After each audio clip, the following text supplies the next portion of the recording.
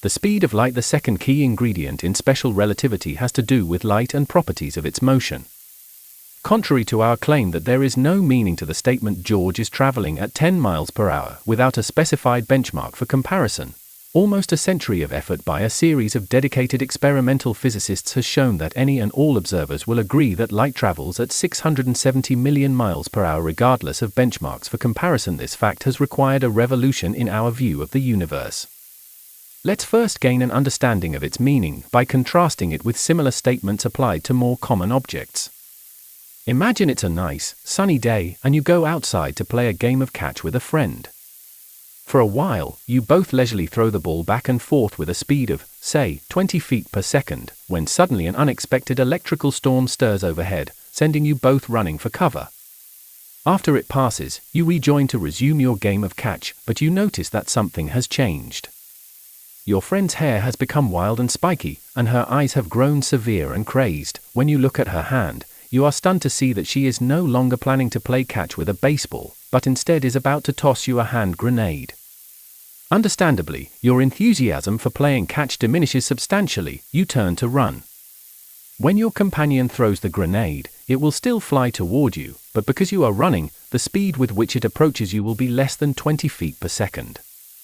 In fact, common experience tells us that if you can run at, say, 12 feet per second, then the hand grenade will approach you at 20 to 12, smiley face, 8 feet per second.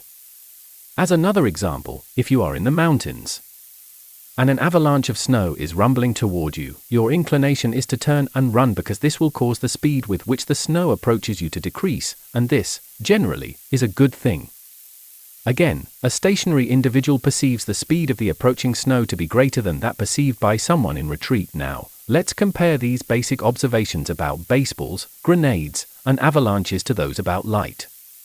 To make the comparisons tighter, think about a light beam as composed of tiny packets, or bundles known as photons, a feature of light we will discuss more fully in Chapter 4. When we turn on a flashlight or a laser beam, we are, in effect, shooting a stream of photons in whatever direction we point the device. As we did for grenades and avalanches, let's consider how the motion of a photon appears to someone who is moving. Imagine that your crazed friend has swapped her grenade for a powerful laser. If she fires the laser toward you, and if you had the appropriate measuring equipment, you would find that the speed of approach of the photons in the beam is 670 million miles per hour.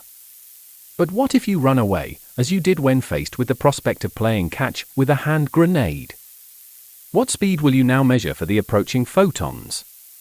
To make things more compelling, imagine that you can hitch a ride on the Starship Enterprise and zip away from your friend at, say, 100 million miles per hour.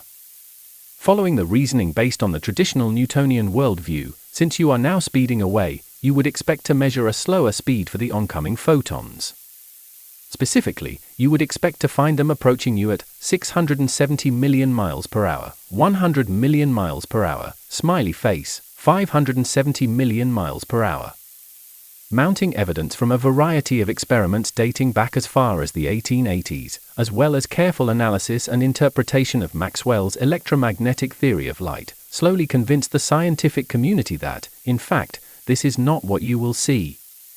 Even though you are retreating, you will still measure the speed of the approaching photons as 670 million miles per hour, not a bit less. Although at first it sounds completely ridiculous, unlike what happens if one runs from an oncoming baseball, grenade, or avalanche, the speed of approaching photons is always 670 million miles per hour. The same is true if you run toward oncoming photons or chase after them. Their speed of approach or recession is completely unchanged. They still appear to travel at 670 million miles per hour. Regardless of relative motion between the source of photons and the observer, the speed of light is always the same. Technological limitations are such that experiments with light, as described, cannot actually be carried out. However, comparable experiments can. For instance, in 1913 the Dutch physicist Willem de Sitter suggested that fast-moving binary stars, two stars that orbit one another, could be used to measure the effect of a moving source on the speed of light. Various experiments of this sort over the past 8 decades have verified that the speed of light received from a moving star is the same as that from a stationary star, 670 million miles per hour. to within the impressive accuracy of ever more refined measuring devices. Moreover, a wealth of other detailed experiments has been carried out during the past century, experiments that directly measure the speed of light in various circumstances, as well as test many of the implications arising from this characteristic of light, as discussed shortly, and all have confirmed the constancy of the speed of light. If you find this property of light hard to swallow, you are not alone. At the turn of the century, physicists went to great length to refute it. They couldn't.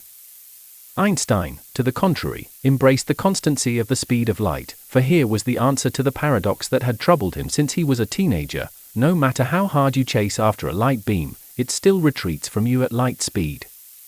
You can't make the apparent speed with which light departs 1 iota less than 670 million miles per hour, let alone slow it down to the point of appearing stationary. Case closed. But this triumph over paradox was no small victory. Einstein realized that the constancy of light speed spelled the downfall of Newtonian physics.